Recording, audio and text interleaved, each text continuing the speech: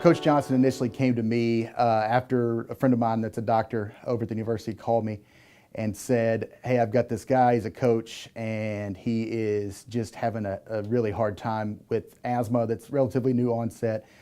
Recently had some sinus surgery, and he's just really, his quality of life is not nearly where he wants it to be. He's not able to exercise like he once did, and do you think there's anything you can do to help him?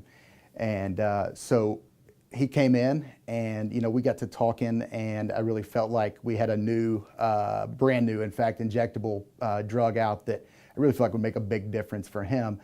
And so we started him on that, and within about a month, I mean, his asthma was non-existent. He was back to running as much as he wanted to, doing all the things he wanted to do, had a very successful baseball season, and up until about a month ago was just doing 100. And called me a month ago and said, man, I cannot breathe out of my nose. My nose is completely clogged up. I mean, we're now probably a year out from sinus surgery.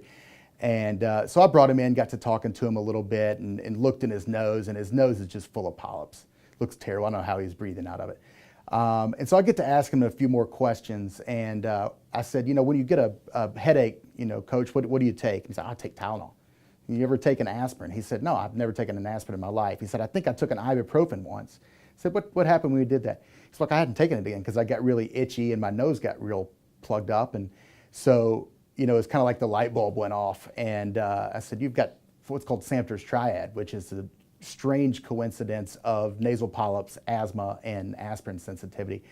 And the stranger thing about it, you treat it with aspirin, which of course they're going to react to if you just give them one. So we had to bring him in and over the course of a day, give him multiple doses of aspirin and, increasing doses. And when he would have symptoms, we'd treat him and, try to progress him. So we progressed him all the way up to a full aspirin.